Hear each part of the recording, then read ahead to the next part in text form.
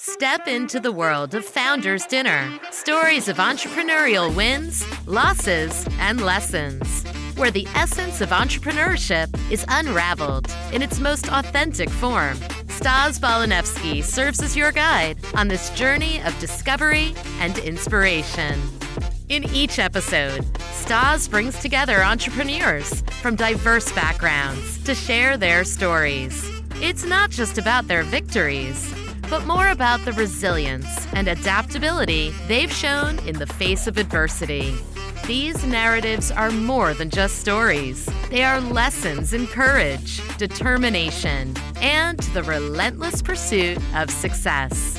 So whether you're an aspiring entrepreneur, dreaming of launching your first venture, or an established business leader seeking new perspectives, Founders Dinner is your invitation to explore the transformative power of entrepreneurship.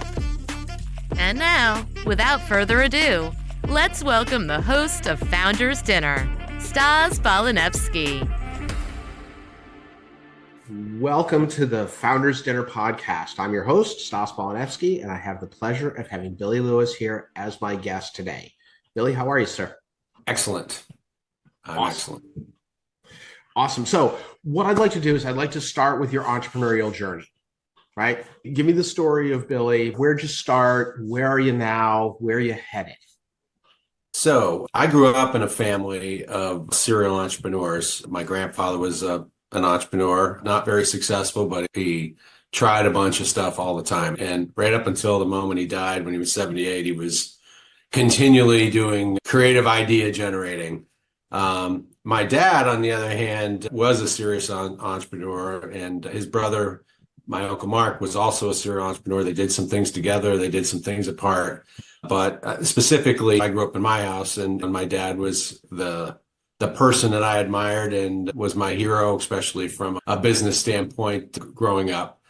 And he passed away about a year and a half ago, and I forget, we counted the businesses that he had started and subsequently closed a bunch of them, but he had some large successes in his life, and he tackled life like a business all the time. So whether it was building something around the house or doing something around the house, it was always a mission and it had to be done a certain way, and he just attacked it. And whether he got into sport fishing, it was the same thing. It was like the attention to detail and focus was always there.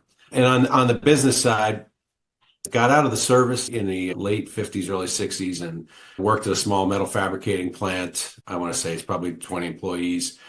And the owner, who had a son that was actually killed in the Korean War, took his only son, took a liking to my father. And he had great work ethic, and he worked under this gentleman and ended up being the general manager at a very young age in his 20s. And they created a product line that you'd be familiar with it if you went into a large warehouse. It's the racking systems. The brand still exists. It's called Ridge Rack. And it might be the largest rack manufacturer in the country at this point in time. But my dad worked there. They started that product line. The gentleman passed away in the early 70s, 1970s. And my dad was here, early 30s guy, was in charge of this business and ended up growing it and was very, very successful and ended up selling it in 1989. And he had a couple other businesses in addition to that he rolled into it, another metal fabricating business he had on the side. He had a construction company for bulldozers and things. He had a snowmobile dealership, a motorcycle dealership. He got into something and he ended up either starting a business or buying a business as a result of getting involved in something, it seemed like all the time. He ended up having an outfit. He was a hunter, and he had bought an outfitter business out in Wyoming at one point in time. A lot of them were passion projects, but they still were just the way that's the environment I grew up into. And I graduated from high school in 1983 and just was clear, had one mission: go to school, get out, and go work with my dad at Ridge Rack. That was it. That was my mission in life. Mm-hmm. And all that was going really well. In my senior year of 1987, in March, my dad had a quadruple bypass. Oh, wow. And he decided at age 50 that, you know what, I'm going to go live life, and decided to sell his company. I'm now 22, 23 years old. My mission was to go work with my dad. And I found out, and there's some subplots there, Stas, but I'm just going to keep marching on because the story doesn't change. So after it took about 2 years before he sold the business. So I worked with him for 2 years, sold the business in 1989, and I had 300 and some employees. And it's one thing being an employer at a company at 23 years old of 300 and some people when your dad's the owner and you have a clear succession plan on where you're going. There's another thing being an employee of a 300 and some person business that now you're an employee in that. And I always dreamed of having the business or running the business. I know the business closed, the deal closed in July of '89. And immediately I started thinking and working with my dad on I knew this was not going to be me, right? I wasn't going to work there without being able to have the ability to grow where I thought you're 24 and you've already experienced. Yeah, 24 years old. And we had lunch one day and we were looking at several businesses, small businesses, and we had lunch with a banker friend of ours that said, hey, you know the Den dressing? Yeah, we grew up on the Den dressing, so it's for sale. We just thought that this was some mega company. And it ended up being we grew up with it, but it was just a Erie local product. Long story short, we bought this business. It'd been out of business for 2 years. For 2 years. So there was no product on the shelves. And I had a couple partners, a couple guys my age at the time that went in with me on it. And again, there was $30,000 of sales. That's what we were buying. That was their previous sales. But we loved the product. And we said, hey, if we can just put one case in every grocery store in the United States, we are going to be rich guys, right? Okay. And we're 24 years old and we are just the guys to make this thing happen. So we paid $50,000. My dad gave us a loan. We bought this business and we found out that, man, it was true.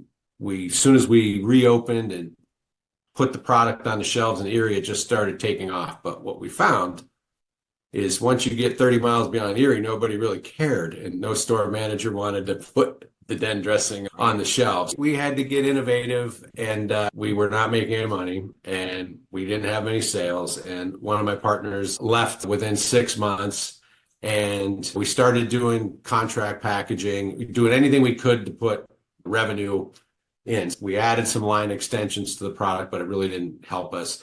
And at the end of the day, we kept plugging away. And I think it was like 5 years later, we finally hit $1 million in sales. It was 1994. I ended up buying my partner out in 1996, and we started working with other product lines in addition to our contract packaging. We created some product lines, marinades. We started doing marinades for Wegmans, and then we started getting into the salad dressing side of it. And by the late 90s, we were $6 million business. But we were on the cusp of, we felt something special was starting to happen around the business. We just lucked into these store brand, like the Wegmans label or the Tops label or the Great Value in Walmart. So we lucked into that business, that market, because there was really not many people in it. And it was growing. The retailers were really trying to grow their own brand because their margins were better and they had control. I grew out of this little plant that we were at. We bought a bigger plant, moved over in 2001, and the business just took off. So we went from 6 million to 12 million to 30 million. It just took off. And in 2005, so in 2001, we were like 12, 2005, we were 50 million.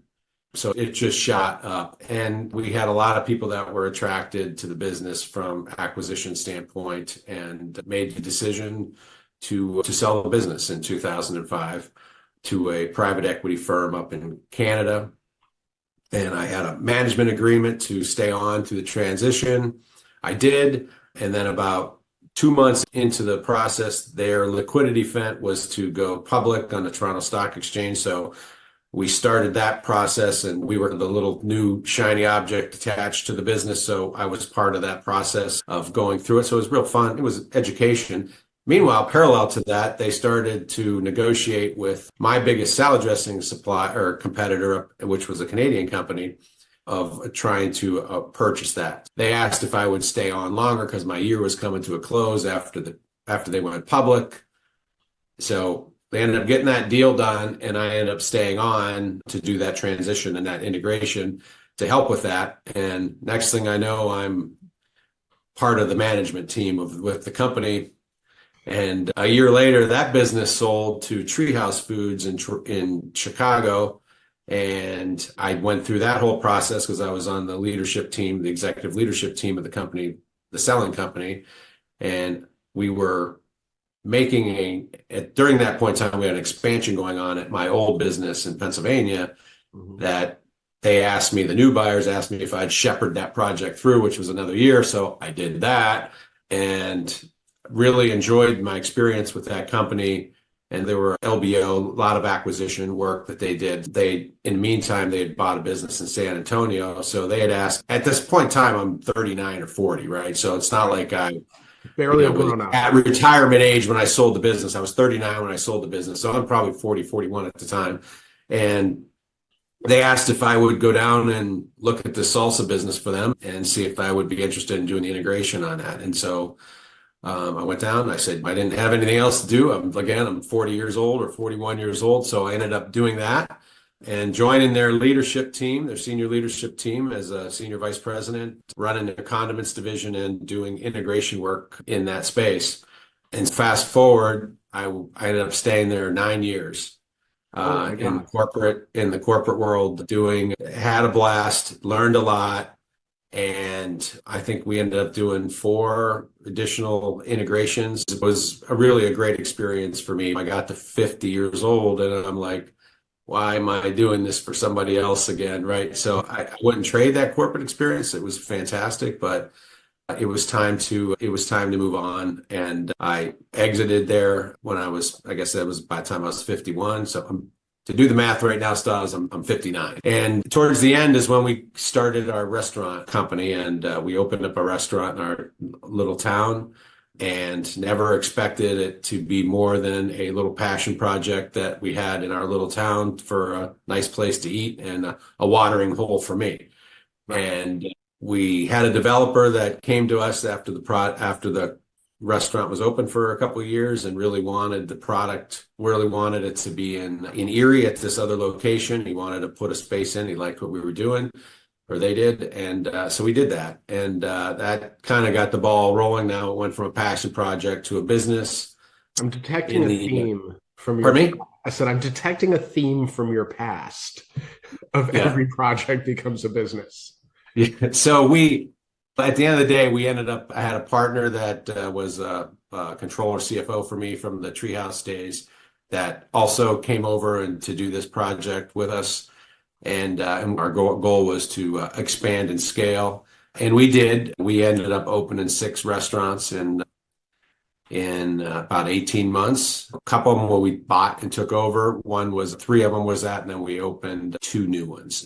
Which I know there's another question coming I got a lot of answers that are going to fill that part up. It's what we did and made a lot of mistakes on the way and still paid for a few of those. But really enjoyed the space that we're in. Love food. My family's involved. During this process, we also bought a restaurant equipment and design company in 2000. And so at this point in time, I have 2 of my children, of 4 children that are working in the business. I had a third, but he's moving on to explore other adventures of his own. And so that brings us to where we're at today. And right now we have 2 restaurants. We did divest we had 3 franchises of those 6 that we divested over the last year.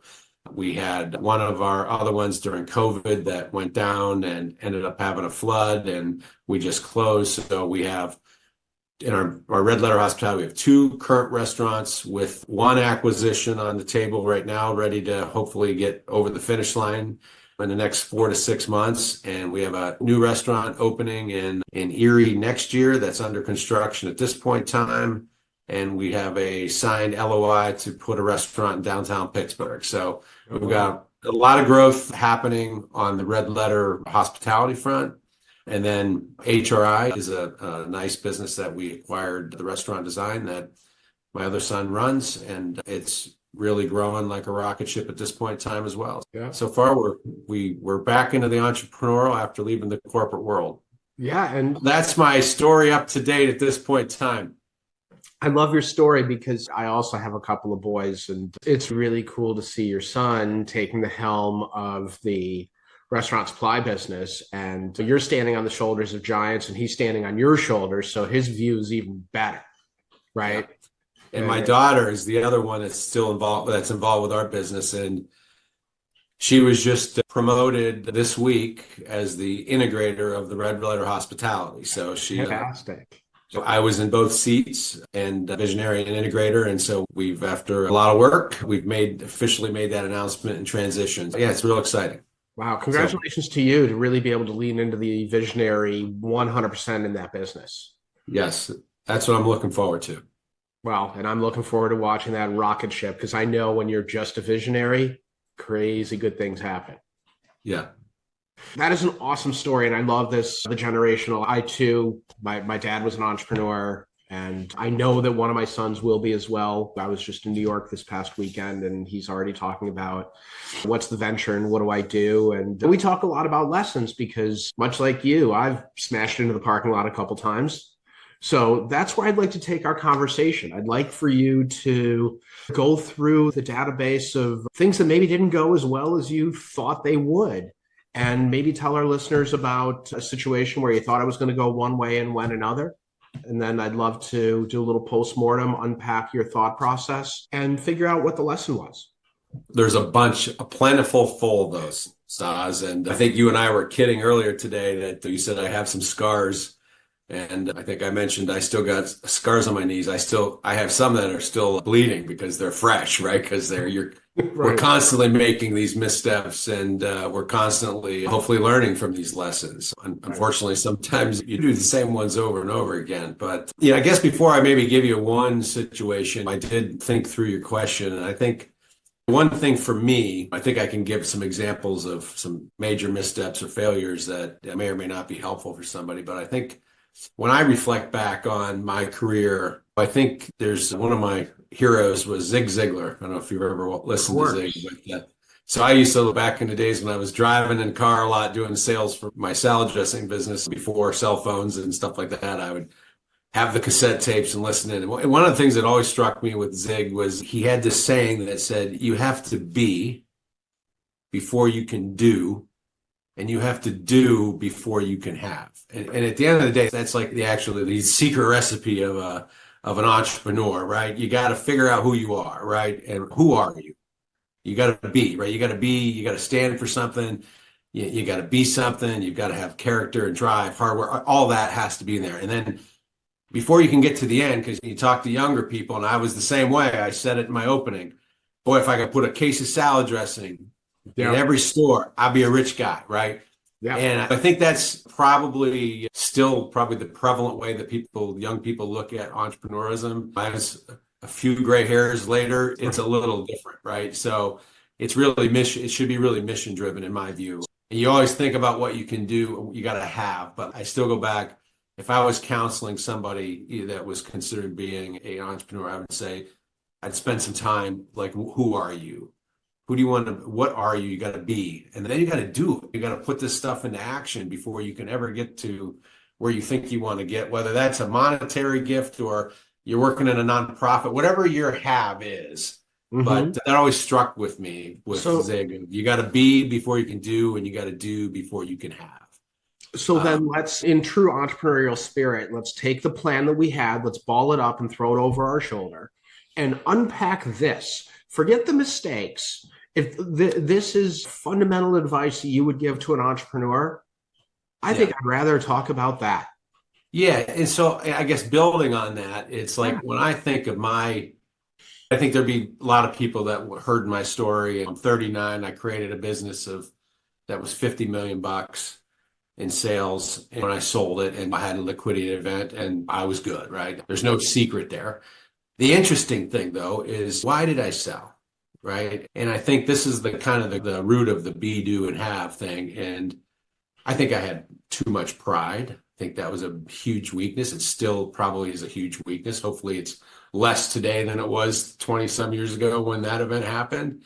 Mm-hmm. There was ignorance, right? I didn't know what I didn't know. And my pride kept me sometimes from asking or Yeah. seeking advice out of, maybe it's a long time ago, but maybe embarrassment.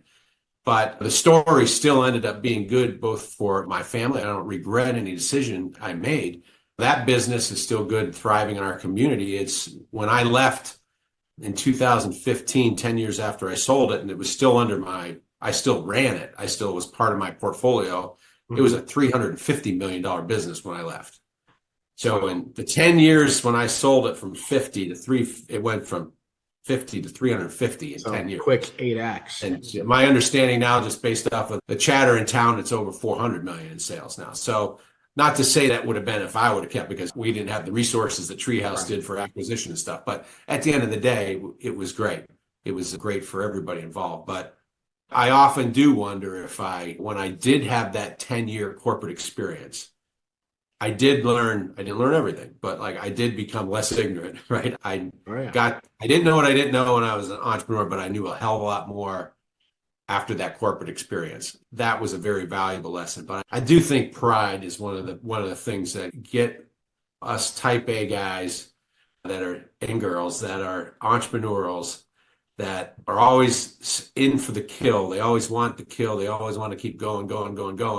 And I do think sometimes most of the time we get in our own way, because either we don't know, we're ignorant, and we're too afraid to ask. I would really be emphasizing to anybody I was counseling that surround yourself with the great people, which I think I did for the most part. I had a really fortunate team to scale where we did what we did, and we're successful at it. We were able to put a great team together, and they give them all the credit in the world. I was just happened to be the guy out front pulling. But yeah, ignorance, pride, focus. I think you get a little success sometimes, and I can reflect back. Things are going when you start taking your eye off the ball and you start looking at shiny objects, other areas. Those are probably the three big things that have probably held me back from, not that I haven't been successful. I think you can measure it by every way you want to, but I've been fortunate and blessed by having great people around me, having businesses that have done well. But I think we left opportunities on the table, and a lot of those were generated by me, right? That out of my either, again, pride, focus, lack of focus, or some ignorance, right? That can all be solved if you are open to comments, criticisms, and to grow, right? Yeah, that's the whole key. It's interesting. Like, a couple things are popping off in my brain. One, have you ever done any positive intelligence work? Positive intelligence and the saboteurs? I have no idea what you're talking about. Okay. So there's a guy, Shirzad, wrote a great book called Positive Intelligence. And he basically, what he says is, in your head, whenever anything goes wrong, there's a judge. And pardon me for not getting it 100% right, but that judge has 9 accomplice saboteurs. And when you take the positive intelligence assessment, it comes up with who your saboteurs are. And one of mine is the hyperachiever. I suspect one of yours is also the hyperachiever. And I personally have done a lot of work to figure out that, yes, the hyperachiever drive is what I absolutely need, but sometimes it is to my detriment. A client of mine once said, your ego is not your amigo. And right, I love that. It's one of my favorite little brilliant ideas I had while drinking bourbon book. Right. But the cool thing is, now we know, right? In our 50s, we know the smart guy in the room is the guy that asks the question, not the guy that knows the answer. Right? Like that. I agree. The guy that goes, that is something I do not know. I know I'm expected to know it. I'm the CXX, whatever, but I don't know. And I want your feedback, and I'm open to it. Like, those are the guys that you look at and you're like, oh, yes, please, more of that. I remember I was the crew chief on an endurance car racing team. And I was talking to our head mechanic, and I said, so how do you get the best mechanics? Because the guys that we had did a really good job putting the car back together every time one of our drivers would ball up the car. And he said, what I do is I ask a really, really, really specific question. And the guy that answers the question perfectly, that's not my guy. The guy that says, I don't know, but I know exactly where to look. He goes, that's my guy. Because the guys that think they have encyclopedic knowledge and they absolutely know what the toe and camber settings are on a blah, blah, blah, blah, blah, and that's your number, Is that is not my guy. I do not like the know-it-all. I like the guy that says, I don't know, but it's in the suspension settings part of the manual, and I can go look it up. So I would just respond to the pride, the ignorance and focus, lack of focus sometimes is still the things I struggle with today, right? Those are still things. Hopefully it's better, which I do believe on all counts they're better, but there's still much work to be done. But it is also, having been in the room with you, that is also your superpower, right? Your ability to see past where you are right now, your visionary ability, which is why I'm so excited for you personally that you're going to have an integrator at Red Ladder. So now you'll be able to be truly visionary, and then your integrator is going to make sense of it all, right? That's the plan. That's the plan. She's way better at it. She basically been moving into that role for some time, not by plan or not by design. She just is morphed into that role. So I think she's going to be extremely successful at it. Yeah, that's awesome. And that is which is going to help me a lot because I'm not very good at it. Matter of fact, I'm just terrible at an integrator role. Yeah, well, maybe, but it's that awareness, because remember, you have a lot of visionary founders that are like, I can do it all, right? We've all met them, and they're terrible integrators. And you tell them they're terrible integrators, and sometimes being really smart is a curse because they can do 73 things pretty well and better than most people. But when they lean into those two things that they really, truly love and are really like best in the world at, and they trust everybody else to go do the rest of the stuff, maybe not as well as they would have, it's magic. Yeah, that's so cool.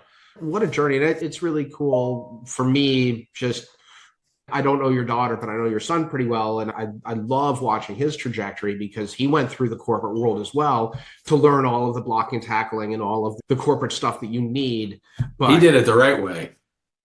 There is no right or wrong way. On the front end. He did it on the front end of it, right? So he still stepped in it a couple times. Oh, yeah. And he will continue to. And I hope that he'll be on this podcast at some point. But he's a whip smart guy that has a whole lot of support and still off doing it on his own, which is really powerful. And your advice for budding entrepreneurs and even people that are in it is really valuable. Thank you. Yeah. So what's the one nugget you want to give an established entrepreneur, someone that's in your seat, he's doing it, maybe hasn't had the successful exits, is on his first lap? It's okay to be vulnerable. It's okay to be vulnerable. That goes back to the pride, all that stuff that we've talked about. And when I talk about the zig about be, you got to be before you can do, you got to do before you can have.